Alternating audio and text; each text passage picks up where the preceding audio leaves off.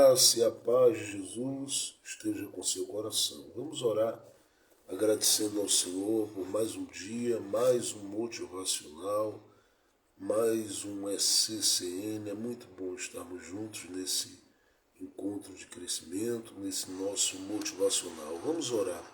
Pai bendito, no nome de Cristo Jesus, nós te louvamos e te agradecemos pelo privilégio e alegria que temos, Pai, de estarmos uma vez mais na tua presença. Eu te peço que a tua boa mão de Deus continue estendida sobre as nossas vidas, direcionando os nossos passos e recebendo, Senhor, toda a adoração. Nós queremos pedir que mais uma vez tu encontres lugar, Senhor, e fales ao nosso coração a partir da tua palavra. Acha cada vida, acha cada coração, acha cada homem, acha cada mulher e libera sobre a vida dos teus filhos e das tuas filhas uma bênção sem medida para a glória e o louvor do teu nome. Eu te peço assim, no nome de Cristo Jesus e para a glória de Cristo Jesus.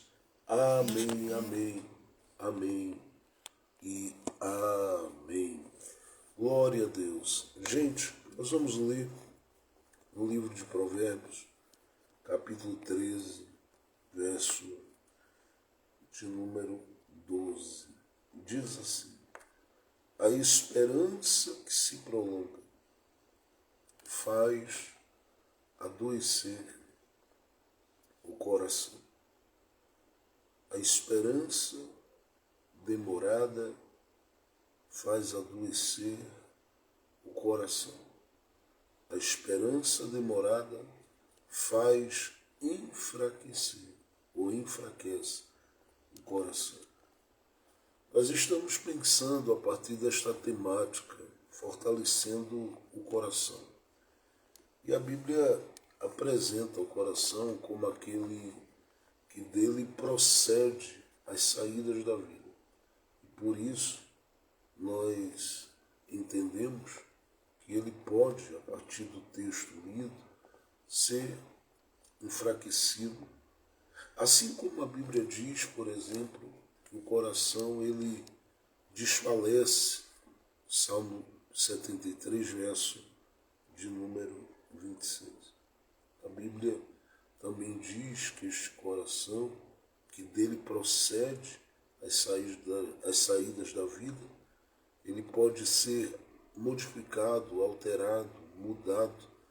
Daniel, no capítulo 4, verso de número 16. Mas diz também, em Deuteronômio, capítulo 30, verso 6, que ele pode ser circuncidado. No livro dos Salmos, Salmo de número 147, verso 3, diz que este coração, ele pode ser quebrantado. No livro de Tiago, ou na carta do apóstolo Tiago, no capítulo 1, no verso de número 8, diz que esse coração pode apresentar-se, não é, como um coração dobre ou fingido. A Bíblia diz no Salmo 119, no verso de número 36, que esse coração pode apresentar-se como cobiçoso. A Bíblia continua e diz que este coração ele pode se transformar em um depósito ou se revelar como um depósito de bom tesouro ou de mau tesouro. Lucas capítulo 6, verso 45. Mas diz também que este coração, que é apresentado como aquele que pode enfraquecer, ele é também apresentado em Provérbios capítulo 18, verso 15, como habitação de conhecimento. O que nos faz entender que ele pode ser morada do que edifica e morada daquilo que destrói. O texto de Provérbios capítulo 13, verso 12, ele diz claramente para a gente que esse coração enfraquece por causa da esperança demorada. O que nos faz, a partir daí, entendermos que ele nada mais é do que a morada da esperança humana, ou dos desejos do coração do homem. O Salmo 37, verso 4, revela esse coração como este lugar de onde flui, onde se manifesta, onde se revela todo o desejo da alma, todo o desejo do ser, todo o desejo do coração humano. Desejos estes, os quais eu posso dizer que Deus em Cristo Jesus, Ele também tem o prazer de realizar e sabe como realizar segundo o seu desígnio, segundo o seu propósito, segundo a sua vontade. Deus sabe como realizar esse desejo.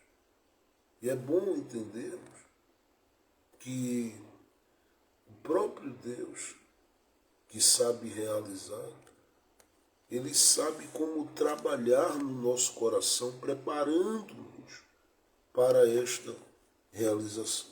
É claro que a vida daqueles que são movidos pela esperança e pelo desejo que tem dentro desse coração, ela é marcada por situações adversas e ela se transforma em uma vida atingida às vezes, porque vem de encontro a todo sonho, a todo desejo e a tudo que se quer alcançar, as circunstâncias que nem sempre são favoráveis.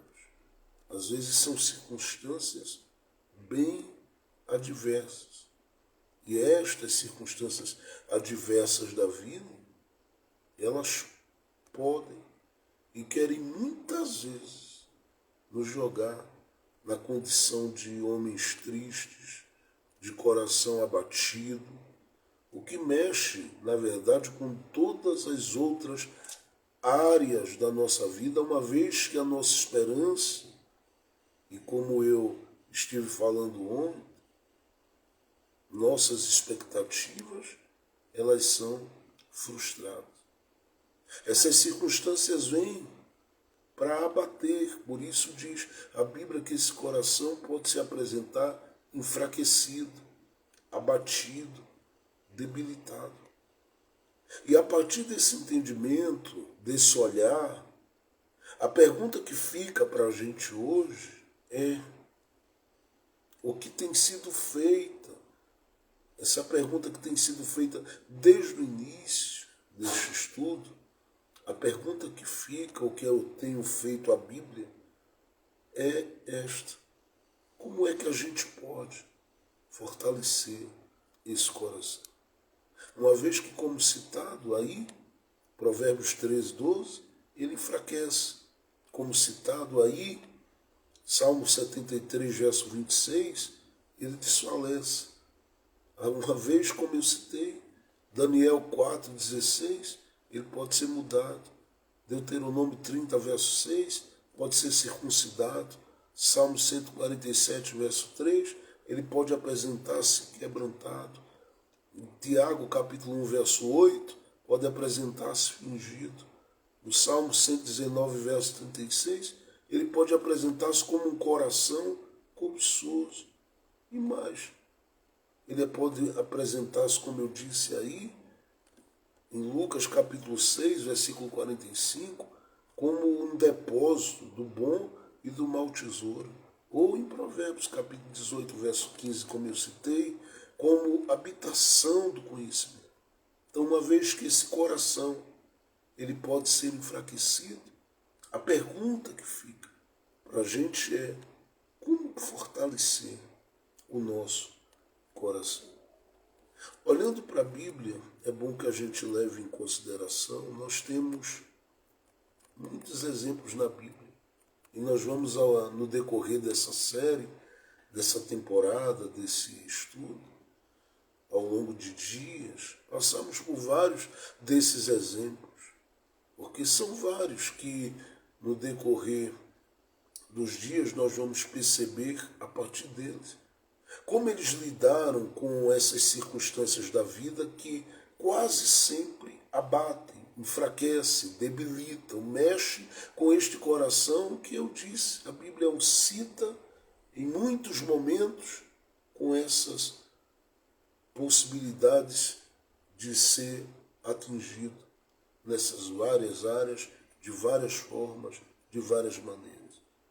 Então a pergunta que fica é, porque olhando para cada personagem que nós vamos olhar, passando por cada personagem que nós vamos passar, nós vamos perceber neles, nesses personagens, esta grande verdade sendo apresentada, de que o coração deles enfraqueceu. Mas como eles conseguiram ter esse coração renovado, avivado, fortalecido?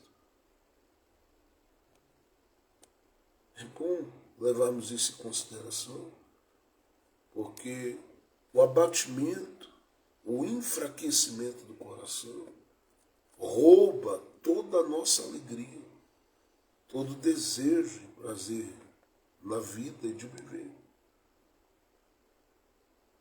Esse abatimento, ele nos coloca.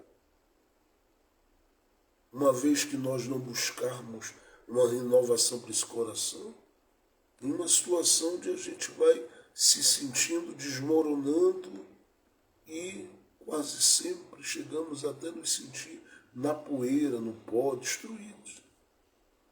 É por isso que tem que haver, de alguma forma, uma reação, ou uma ação, ou um conjunto de atitudes que cooperem para que aqueles que estão envolvidos em algum processo que gerou o abatimento desse coração possam passar por cima dos seus grandes desafios e se verem como homens e mulheres amados por Deus e se acharem como alguém que Deus está querendo para a sua glória alcançá-los profundamente.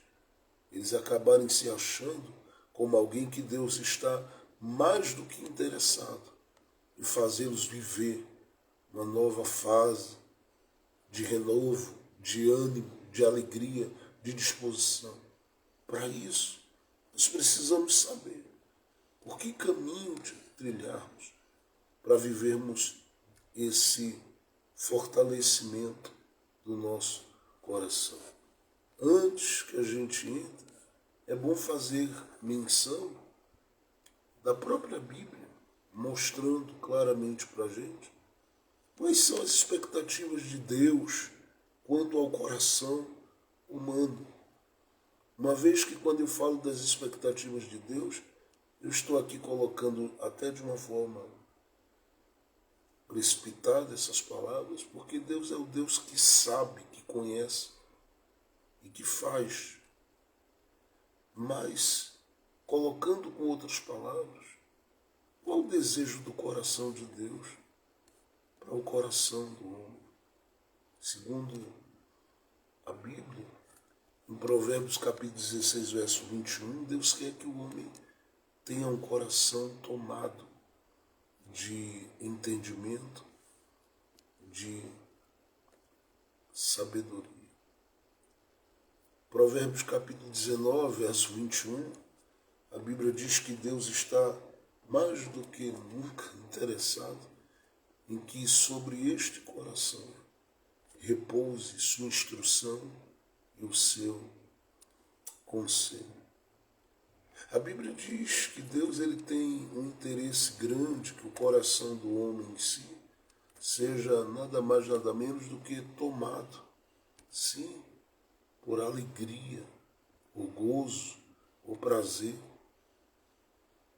E é incrível que o texto do Salmo 73, verso 21, diz que houve um homem que o coração dele azedou.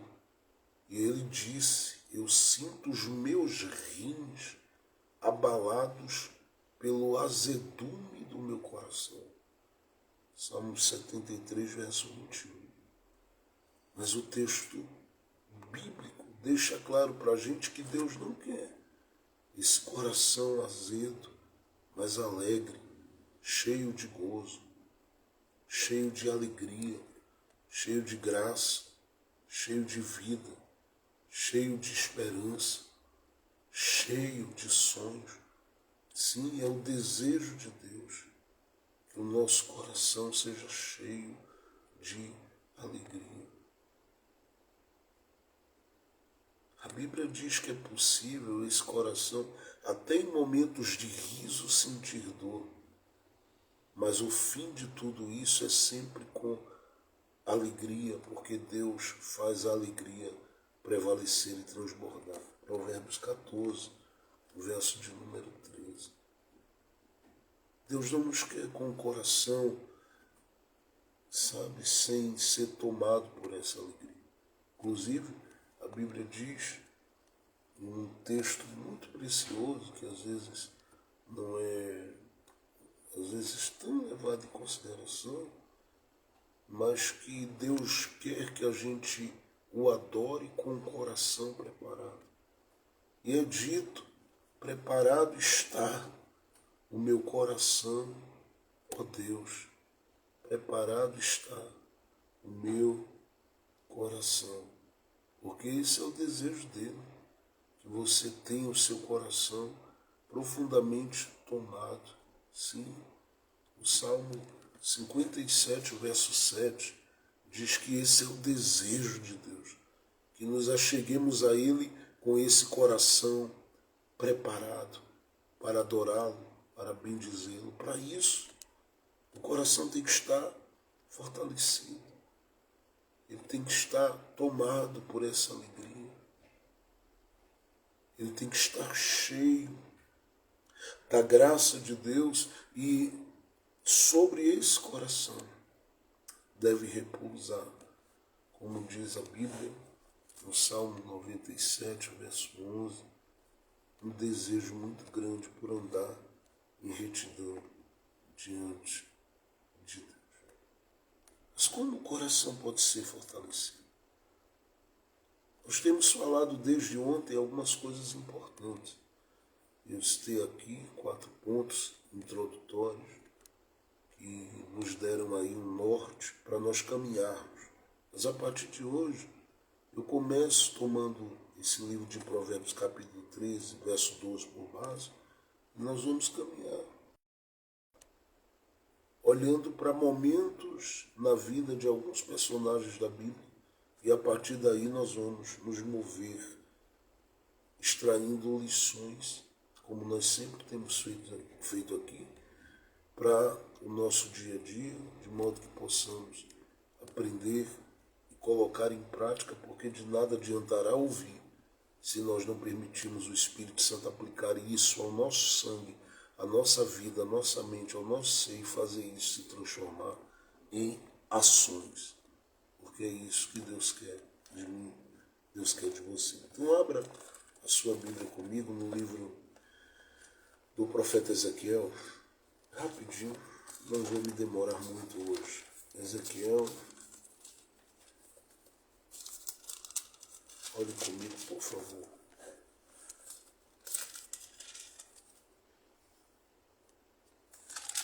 Livro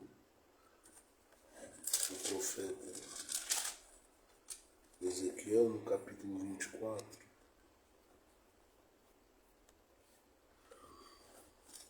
A palavra de Deus diz, a partir do verso 15, Ezequiel, capítulo 24,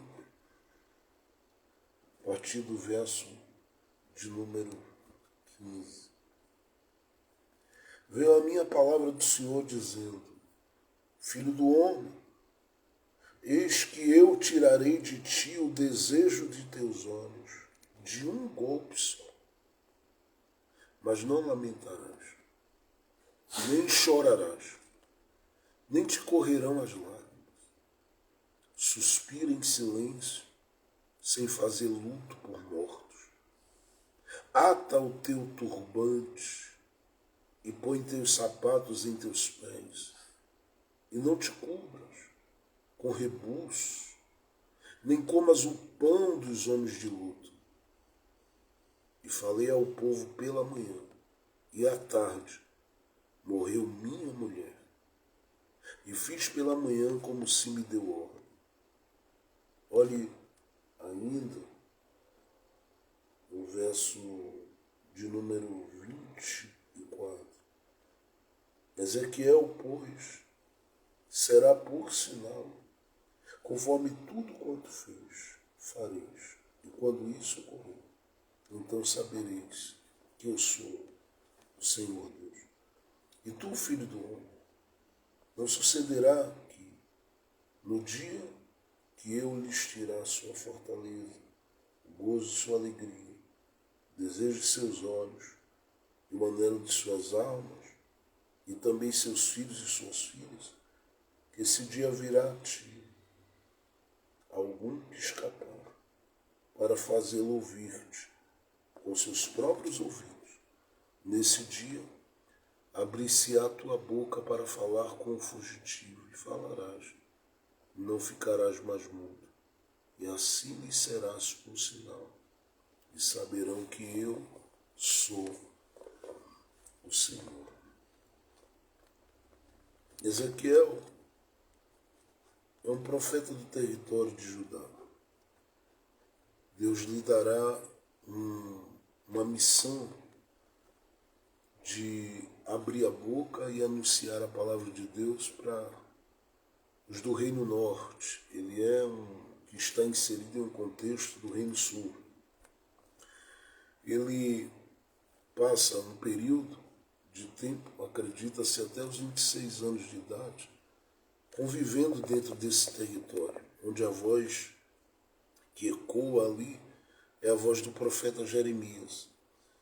Ele vive a experiência dramática em um tempo de rejeição e de desobediência, de rebelião contra a palavra de Deus, ter o seu pai como sacerdote.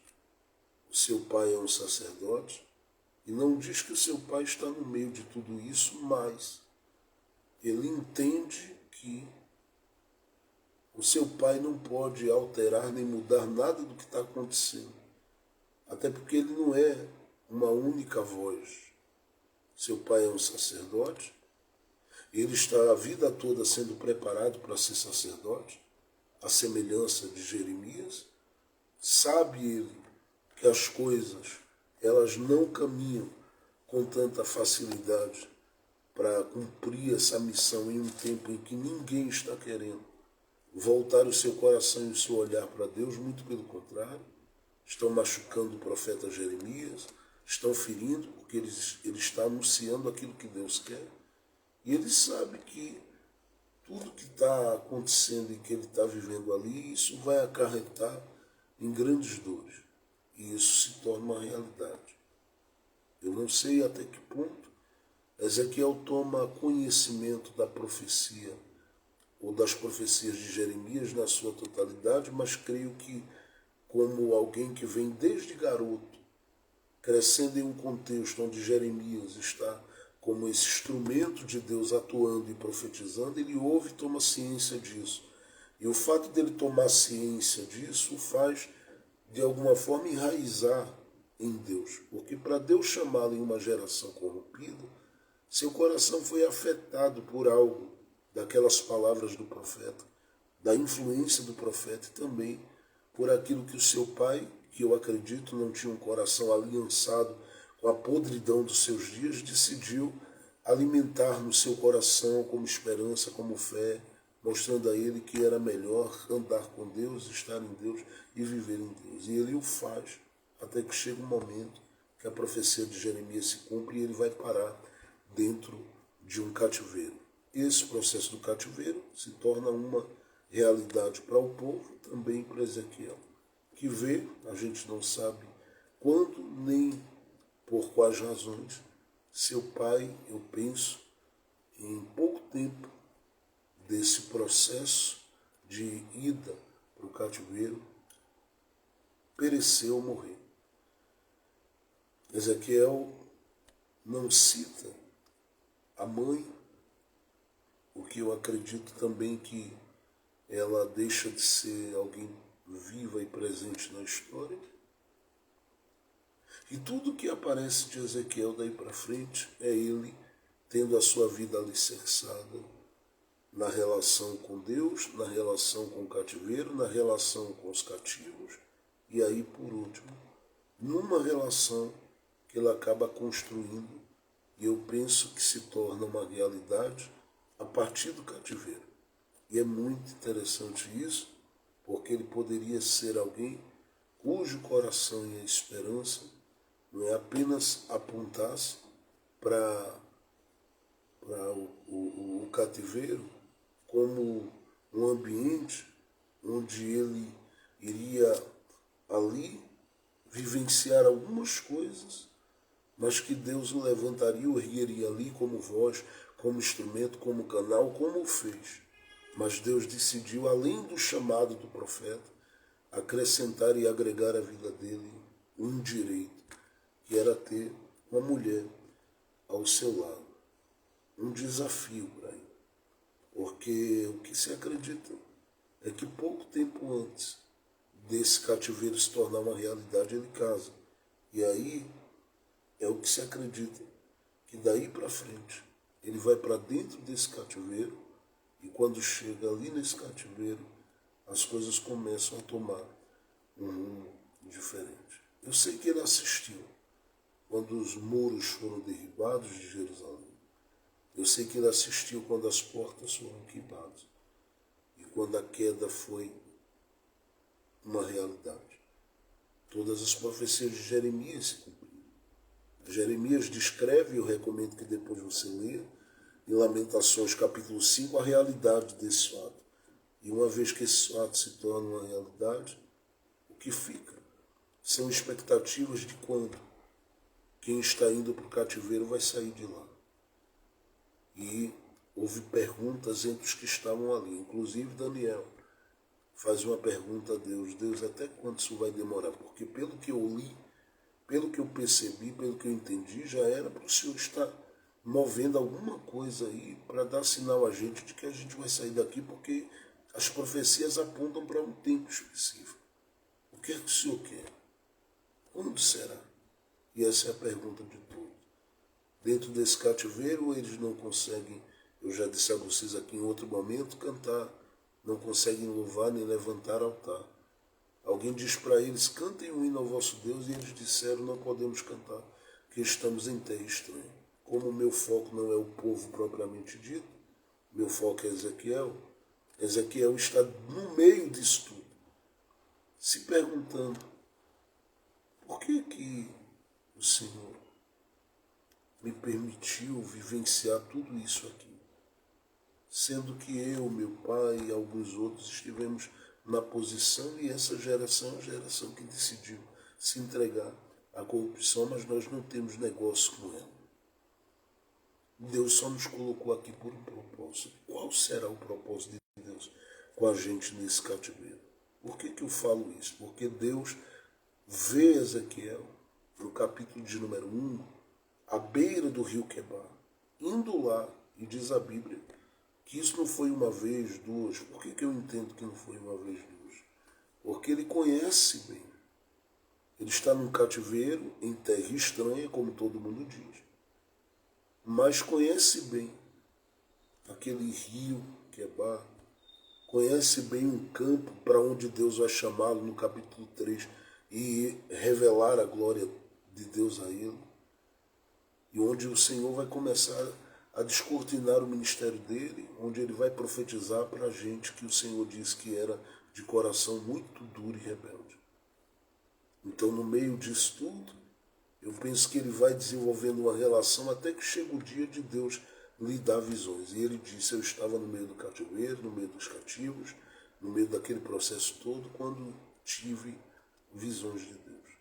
Ele contemplou o trono de Deus em movimentos, querubins ali descendo, e a glória do Senhor se manifestando de uma forma extraordinária. Ele viu rodas que giravam, né, de uma forma extraordinária, uma fazendo um movimento semelhante a esse, a outra fazendo um movimento semelhante a esse, e ele consegue perceber que é uma roda grande girando dentro de uma roda pequena, e ele percebe que essas rodas atendem um comando esse que é dado pelo Espírito de Deus.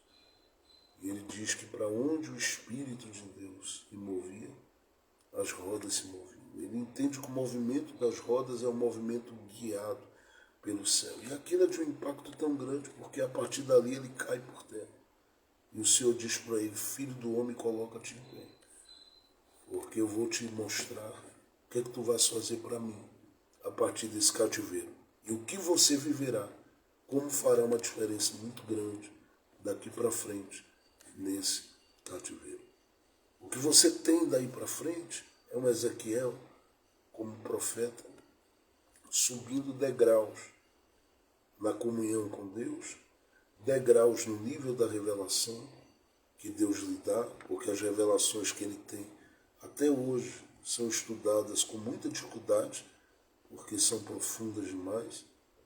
Terceiro, você tem um profeta crescendo e subindo os degraus aqui, que eu diria são os degraus da obediência. Obediência que o leva, sim, a viver momentos onde ele sente o coração dele extremamente abalado, extremamente aflito, extremamente quebrado, extremamente arrasado. Eu sei que ele está em um cativeiro onde há um tempo para a libertação e a restituição de Deus acontecer. Só que esse tempo está passando. Todo mundo que tem ali alguma expectativa para sair daquele cativeiro chora, sente o impacto do cativeiro e se sente debilitado. Tanto é que Deus fala a Jeremias no capítulo 29 para escrever uma carta para quem está no cativeiro. E essa carta traz uma alegria muito grande. Só que todo mundo que ouve aquilo diz: será que eu vou viver? Eu tenho certeza disso. Será que eu vou viver? Quando Deus vier cumprir isso, porque pelo que foi dito aí, Deus já nos terá. Ele diz que os pensamentos dele são pensamentos de paz ao nosso respeito. Mas como é que a gente vai sair daqui? Quando a gente vai sair daqui? Jeremias disse: é só 70 anos. Então considere alguém que estava com seus 50 naquele dia. Considere os meninos que estão envolvidos ali e estão com seus 15, pensando só quando completar 70 anos de cativeiro. Dependendo do tempo que eles chegam, até o momento que eles estão vivendo, uns dizem: ainda falta 30. Outros dizem: ainda falta 40. Agora você imagina o que isso vai gerando no coração das pessoas que estão ao redor de Ezequiel, uma adaptação ao cativeiro. No coração de outros, uma aceitação do processo do cativeiro. E no coração de outros, uma desesperança total ao ponto de dizer para eles mesmos: eu não tenho dúvida, eu estou desistindo de mim neste cativeiro. Não sonho, não tenho esperança, não vivo, não respiro mais nada que me traga algum sentimento ou expectativa de que Deus vai intervir nessa situação. É diante de um quadro como esse que Deus olha para os que estão no cativeiro, assim como ele olha também para os que estão no Reino Norte, Israel, tendo por capital Samaria, e diz: eu sei o que dizem lá no Reino Norte, que os do Reino Sul foram para o cativeiro e eles não entraram. A vez deles vai chegar. Mas eu quero, Ezequiel, que para estes que estão aqui, fique claro que eu estou percebendo que eles estão se entregando, e uns se entregaram ao ponto de começarem a permitir o seu coração voltar-se para o ambiente religioso da Babilônia. E aí a gente está falando de altares e mais altares de adoração a outros deuses. E gente que está no cativeiro vive essa experiência de se entregar a isso tudo. Porque o que fica de Jerusalém para eles são memórias de muro destruído, de portas queimadas, e é muito difícil quando isso pesa na mente e no coração de uma pessoa, você ter alguém conseguindo se encontrar, se levantar, se erguer e dizer, ó, acabou-se tudo lá, mas eu ainda tenho ânimo para continuar crendo que a gente vai levantar tudo de novo. Só quem viu derrubar, só quem viu perder, é que sabe o que passa. Eu entendo os que estão no cativeiro, ainda que eu sei que Deus é digno de toda adoração, independente do momento. Mas eles estão entregues, eles estão rendidos, eles estão colocando-se na posição de quem prefere relacionar-se com outras coisas, menos com Deus nesse processo. Ezequiel, que vem crescendo no nível da revelação, subindo degraus na comunhão, na relação e na revelação, ele também está crescendo na obediência. Tudo que Deus diz, ele vai fazer. Tem um momento que Deus dá a ele uma visão extraordinária e diz para ele, profeta, estás vendo essas brasas aqui? Coloca a mão por entre essas rodas aí e pega essas brasas, profeta, e espalha na cidade. É uma visão que Deus está dando, dizendo para ele, eu estou te erguendo para ser alguém que age espalhando do que eu tenho te dado, do que eu tenho mostrado, do que eu tenho revelado, da minha glória, do meu fogo, das minhas cobranças, assim como das minhas consolações.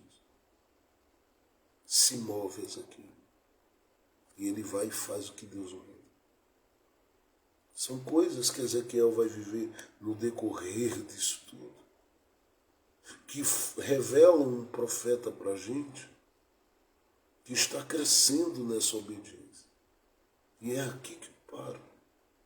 Porque quando eu chego nesse capítulo 24 que eu li,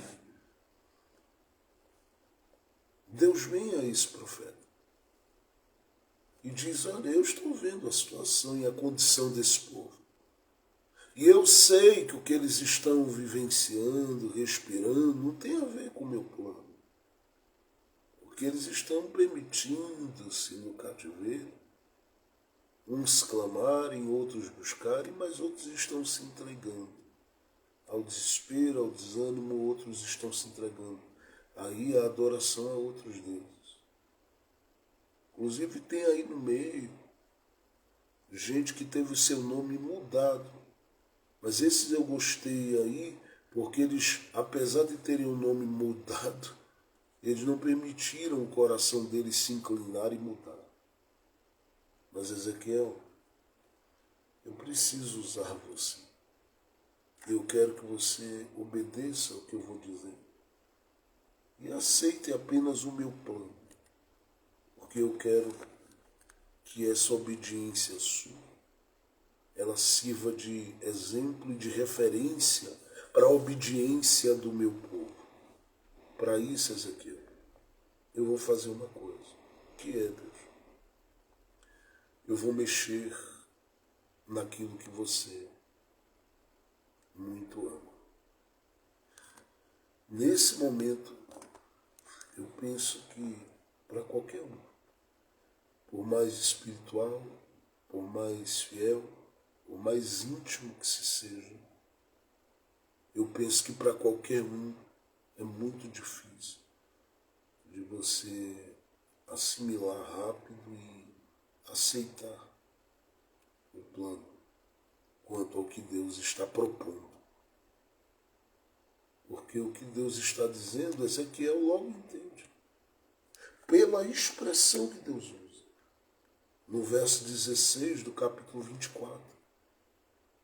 Eu tirarei de ti o desejo de teus olhos, de um golpe. Esse desejo dos teus olhos não está voltado aqui para nada que tenha a ver com um aparelho televisivo, com um bom notebook, com um celular de última geração. Porque se isso é tirado, não dói. A gente se entristece. Mas a gente olha e diz, eu estou vivo, eu vou de novo.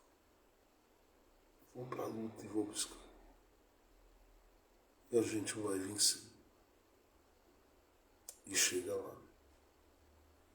Esse desejo dos teus olhos não tem a ver, propriamente dito, com um lugar de atuação, uma plataforma honrosa, um altar honroso. Porque isso é tirado. E a gente olha e diz, Deus tem portas novas para abrir. Deus estava falando com Ezequiel e nós lemos aí. Acerca daquela que minutos antes do cativeiro aceitou acreditar naquele menino de 20 e poucos anos de idade.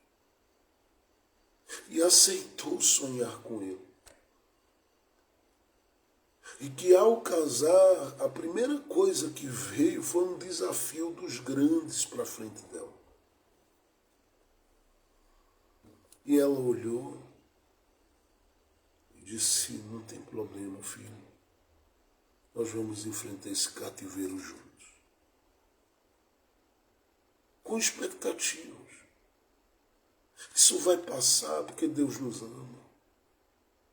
Apesar de ter uma geração que está comprometida com outras coisas, Deus sabe nessa geração quem tem compromisso com Ele.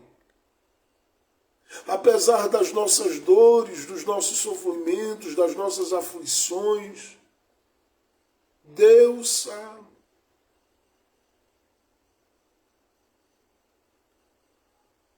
Quem são os dele? Então vamos lá. Oh, filho, a gente acabou de casar. Ezequiel. Mas Deus sabe de tudo, não é? Deus sabe por que está permitindo esse cativeiro. Vamos encarar. E eles vão para o cativeiro. Já estão há tempo no cativeiro e agora vem Deus. E diz, Ezequiel, sabe essa que sonhou contigo? Porque a chamada de Ezequiel, ela se estabelece, acredita-se, a partir dos 30 anos de idade.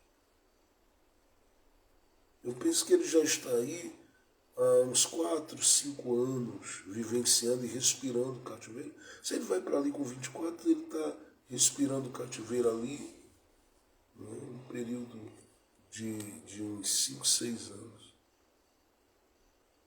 6 anos. Está tudo indo bem, apesar do cativeiro. Ele está ali se mantendo em esperança, dizendo, Deus vai nos tirar daqui. Só que agora vem Deus e diz para ele, eu vou mexer naquilo que você mais ama. Mas Deus, qualquer um questionaria. O que é que tu estás querendo com isso, mexendo naquilo que eu mais amo?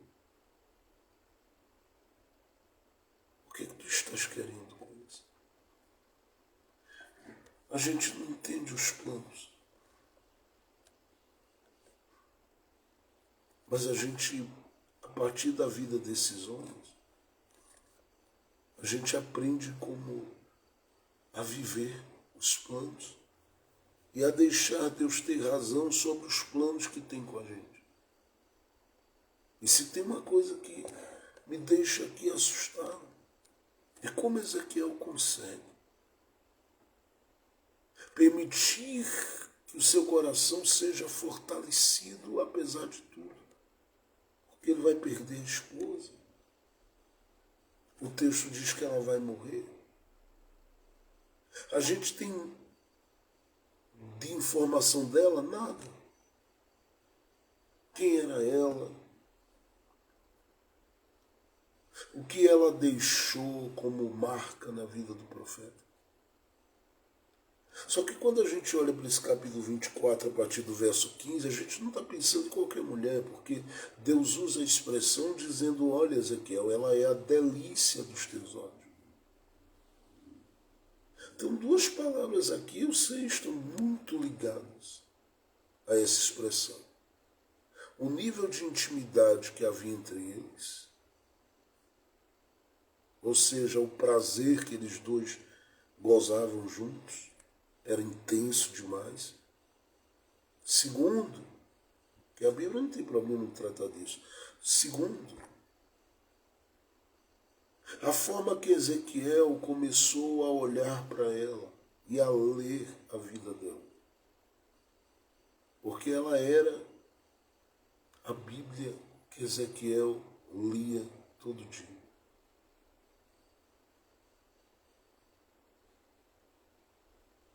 Era nela que Deus via, que Ezequiel via a compaixão de Deus.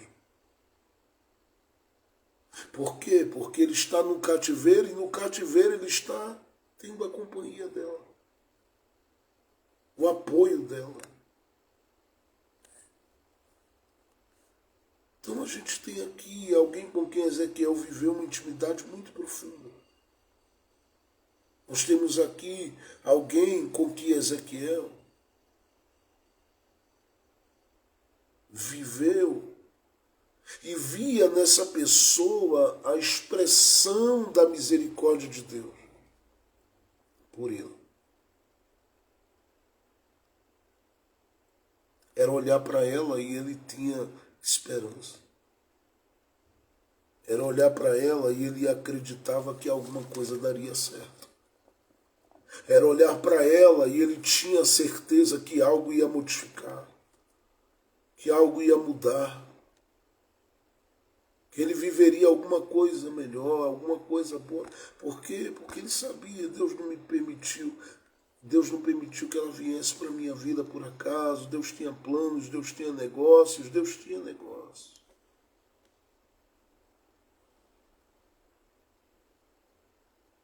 Só que agora vem Deus e diz, Ezequiel, eu vou tirar. Então aqui a gente tem uma mulher que a gente não tem muito, mas só de dizer isso, a forma que Ezequiel a enxergava, a gente está pensando em alguém que fazia parte constantemente, continuamente, dessa realização do profeta. Porque era isso mesmo. Era alguém que fazia parte dessa realização do coração do profeta. Enchia de esperança, enchia de alegria, enchia de ânimo, enchia de prazer, enchia de vida. Fazia ele olhar e dizer assim, eu vou sair desse cativeiro um dia, eu vou viver uma nova história um dia. Minha casa ainda vai respirar novos ares, mas Deus vem e diz, eu vou tirar. Nós temos uma mulher que eu tenho certeza era uma mulher crente, uma mulher fiel. E ele, Ezequiel, é alguém que viveu um contexto, né, de altar em casa. O pai era sacerdote. E aí ele leva essa ideia de altar para o casamento dele. Só que Deus vem e diz, eu vou tirar.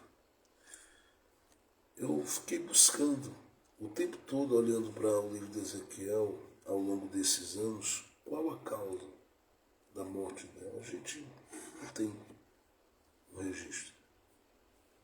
A gente só tem a expressão que o próprio Deus usa.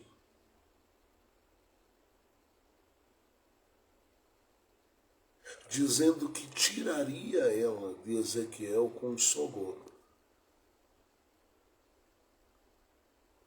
Alguns comentaristas bíblicos médicos acreditam que essa mulher de Ezequiel ela tem um derrame. Ela sofre uma parada, alguma coisa muito rápida, sem dores, sem muito sofrimento, sem muita agonia, sem muita aflição. Porque é a expressão que o profeta usa no capítulo de número 24, veja o verso 18. Acompanhe na Bíblia, veja o verso 18. E falei ao povo pela manhã, e à tarde morreu minha mulher. Do nada, rapidamente. Agora isso, o que me chama a atenção, é que de forma natural, o coração de Ezequiel, que via essa mulher como a delícia dos seus olhos, deixa claro para a gente que o coração ia doer, que ele ia se sentir abalado. Esse profeta vive umas coisas muito estranhas com Deus.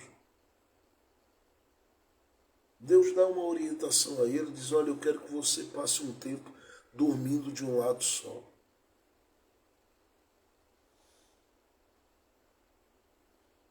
Deus tira ele e leva ele para dentro de um vale de ossos secos. Do cativeiro para o vale, numa visão. Manda ele colocar as mãos por entre rodas e encher as mãos de brasas. Ele chega em um ponto que ele olha e diz, Deus, isso é para ficar maluco. Porque dói perder.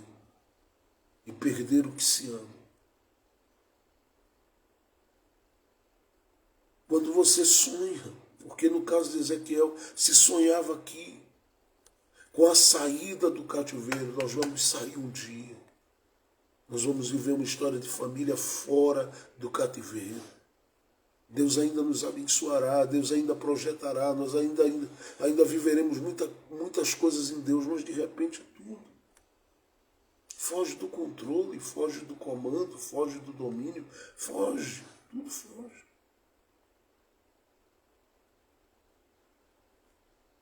Tudo foge.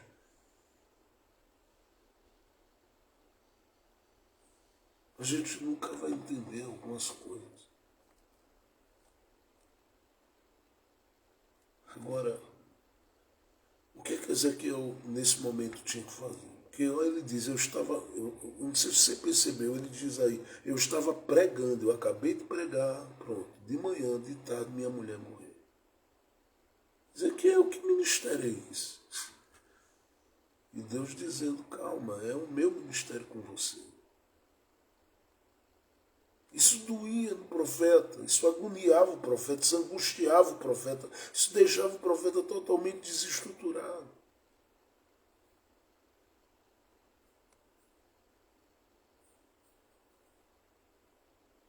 Então você olha para o profeta e eu fico pensando, ele olhando e dizendo,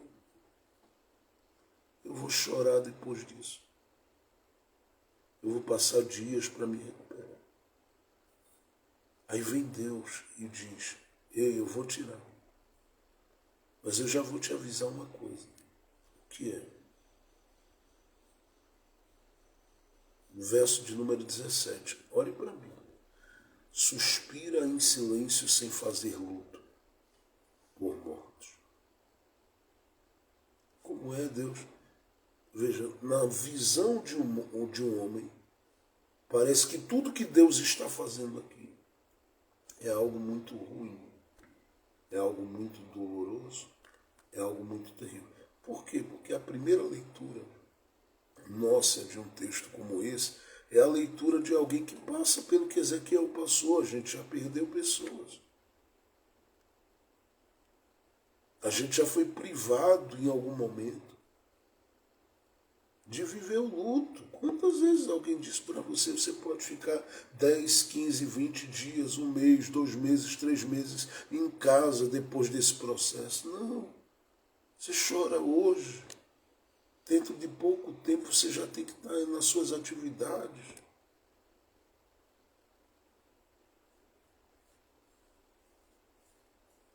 Tem gente que passaria mais de um mês naqueles dias chorando.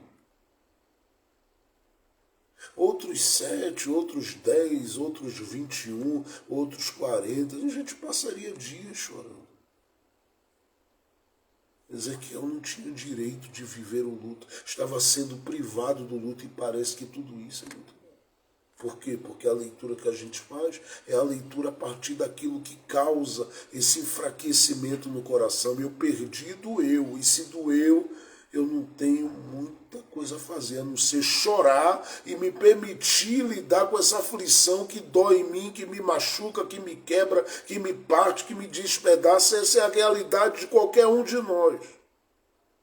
Mas é aqui que a palavra de Deus ela nos convida a fazermos uma leitura diferente, porque o fortalecimento do coração quebrado começa olhando para esse momento e vendo o que Deus diz para quem está com o coração ferido, machucado, aflito, cansado, esgotado, arrasado, como Ezequiel. O que é que ele tem que considerar aqui? Porque a Bíblia diz que ele foi e fez tudo conforme Deus disse. É por isso que eu disse que ele subiu no nível de obediência. Mas o que é que a gente deve considerar olhando para Ezequiel nesse momento? A gente deve considerar, primeiro, o que ele considera. E o que é que ele considera, pastor?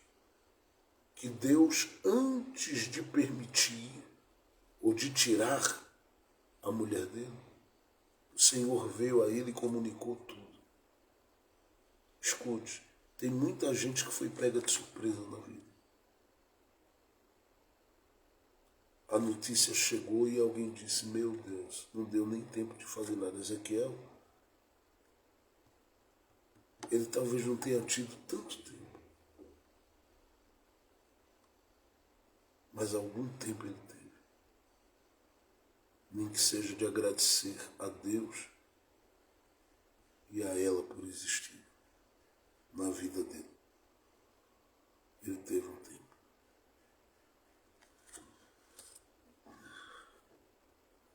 Eu penso, Deus diz, eu vim te avisar. Vai acontecer. Que hora? De que jeito? Eu disse, eu não vou dizer que hora, que jeito agora. O que tiver que viver, vive agora. O que tiver que fazer, faz agora. O que tiver que dizer, diz agora. Estou te dando um tempo para você falar que ama, que quer abraçar, que quer beijar, que quer acolher, que quer dar carinho, que quer receber carinho. Estou te dando a chance. Segundo, Deus diz para ele, olha, suspira, mas em silêncio. Ezequiel, eu não vou te tirar o direito de sentir a partir, porque você é humano. O que eu não quero é você pondo para fora, para todo mundo ouvir e ver que você está de luto. Primeiro porque eu quero te ensinar a ter equilíbrio no dia da dor. Segundo, porque eu quero fazer de você um homem forte, que é um homem que aguenta o que tem que aguentar, às vezes poupando quem está ao redor de ver você desmoronando. Você chora no banheiro, grita debaixo do chuveiro, desesperado. Mas quando sai sorrindo, sai cantando e vai mostrando a alguém que você ainda está firme no que acredita. Mesmo que o processo seja grande. Terceiro, eu estou querendo simplesmente fazer você entender que nem todo mundo é digno de ouvir teu choro. Tem gente que está e apenas está, Ezequiel. Tem gente que está e não vai sentir nada, não vai sentir uma dor pelo seu ministério, não vai sentir um desejo de nada, nada, nada, nada. Só vai estar, mas nada viverá, nada respirará, nada fará, nada cooperará, nada, nada, nada. Para esses, Ezequiel, oferece o teu silêncio. Mas aqui dentro, suspira, Ezequiel. Aqui dentro, suspira. Olha que interessante. Como o coração da gente pode ser fortalecido, considerando que os movimentos de Deus, na minha vida, na sua vida, eles não são por acaso, são com propósito e eles sempre são revelados ao nosso coração. Porque o Senhor não nos deixa desprevenidos e sermos pegos de surpresa quanto ao que Ele tem para fazer. Eu estou dizendo que o dono do tempo está comigo, está com você, falando a mim, falando a você. Segundo, Deus está muitas vezes trabalhando e a gente precisa, para ter o coração fortalecido, se permitir crer que Deus sabe o porquê está fazendo a gente silenciar diante de situações ou por situações. Ele sabe. Porque Ele está permitindo silenciar, calar, não está deixando gritar, está treinando você, está fazendo de você uma grande mulher, uma mulher forte, um homem forte, mas mais do que isso. Está te privando do direito de ser ouvido por gente falsa, que ao te ver chorar, vai te ver chorar e vai simplesmente tripudiar sobre a sua dor. Vai fazer miséria sobre a sua dor. Pastor, parece que Deus está fazendo o contrário comigo, porque eu estou sufocado, está suspirando. Deus está trabalhando em mim, Deus está trabalhando em você, e Ele sabe as coisas que Ele tem para fazer depois disso. Por isso, deixe Ele fortalecer seu coração, trabalhando com você, sem precisar de muito barulho que você faça. Mas no seu interior, porque aonde você diz está doendo, aí dentro, pensando, falando consigo mesmo, Ele está refrigerando, porque a Bíblia diz que Ele refrigera a nossa alma. Terceiro, a gente deve considerar isso aqui. Olhe para o verso 17. Suspira em silêncio, sem fazer luto por mortos. Ata o teu turbante, põe teus sapatos em teus pés. Não te cubras com rebuço, nem comas o pão dos homens de luto. Não participa da mesa. Aí ele diz, eu falei ao povo pela manhã, e o que Deus me disse não chegou nem ao fim da tarde. Aconteceu.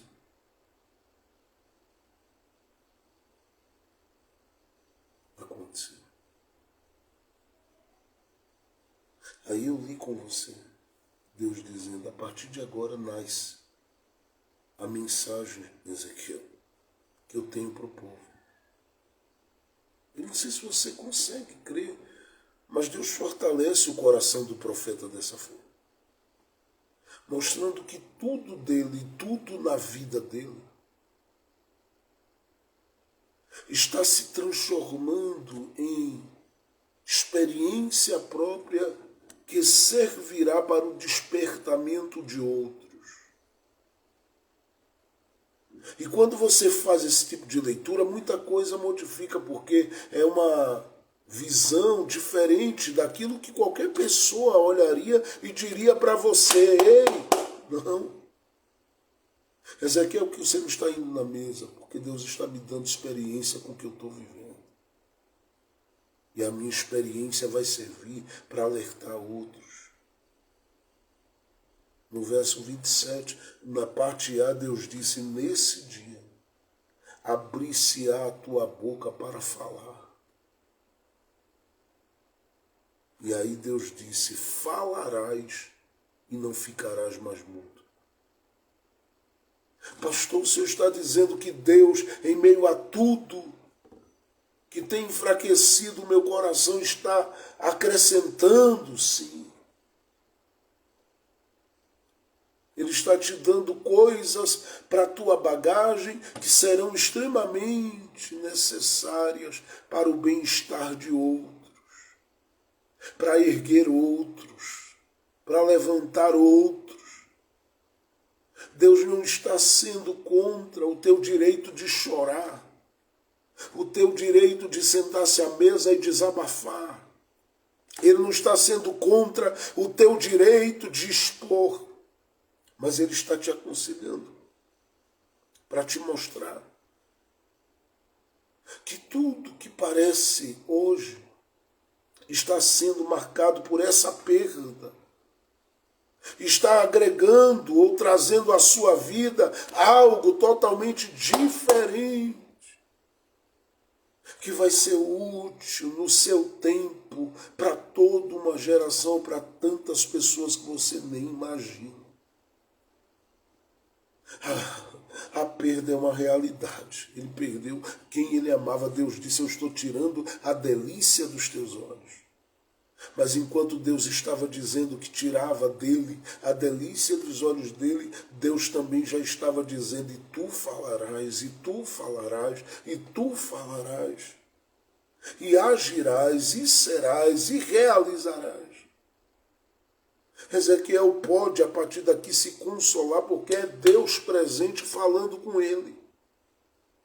E é Deus presente deixando claro para ele, olha, tudo que vai acontecer com a sua casa sou eu. E se sou eu estou garantindo que isto não vai ser perdido.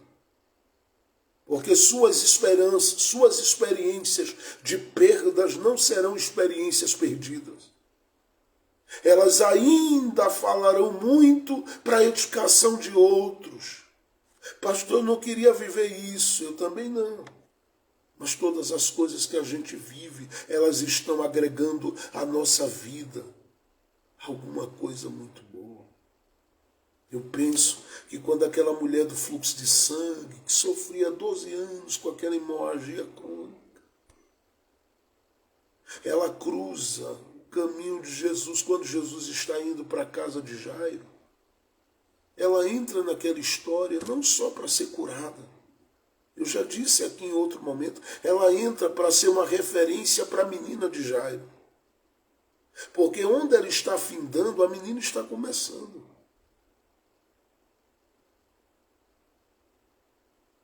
São 12 anos de sofrimento e o sofrimento dela está findando nesse ponto de 12 anos cumpridos. E aí a menina começa a morrer nesses 12 anos. O que Jesus estava fazendo? Jairo, você vai ficar ouvindo quem veio dizer que não é para você mais me incomodar? Não faz isso, Jairo. Olha para ela aqui, ó. 12. São 12 anos de aflição, 12 anos de angústia, 12 anos de processo. E onde ela está findando, a sua filha está começando. E se eu fui capaz de chegar naquilo que para ela era fim, porque ela está aí, não com 12 anos, mas eu creio que com 24 a 25 anos de idade. Mas são 12 sofrendo. Se ela, com esses 12 anos de sofrimento, está conseguindo chegar nesse 12 anos, alcançando a cura dela, já, o que é que eu não posso fazer pela tua filha? Olha para ela, vê os 12 dela e vê que é possível. eu chegar nesses 12 da tua filha. Jesus. Glória a Deus. É melhor. Jesus vai lá e levanta a menina. Jesus vai lá e ergue a menina. Jesus vai lá e tira a menina da cama, mostrando que ele chega. Seus processos estão servindo de testemunho e experiência. A forma que Deus te cura, a forma que Deus te levanta, a forma que Deus te restaura, a forma que Deus está te restituindo e te está falando a vida, o coração, a alma de muita gente. Você vai sair dessa, apesar das perdas, de uma forma diferente. Eu tenho uma mensagem para uma geração. E essa mensagem terá por base a experiência que eu estou permitindo você viver. Você será canal Ezequiel para uma geração. Porque eu estou te permitindo ter experiência agregada a partir da sua perda. Quando o coração está enfraquecido, quando o coração está abatido, quando o coração está debilitado, como eu disse aqui anteriormente, esse é o momento da gente começar a perceber o que é que Deus está acrescentando.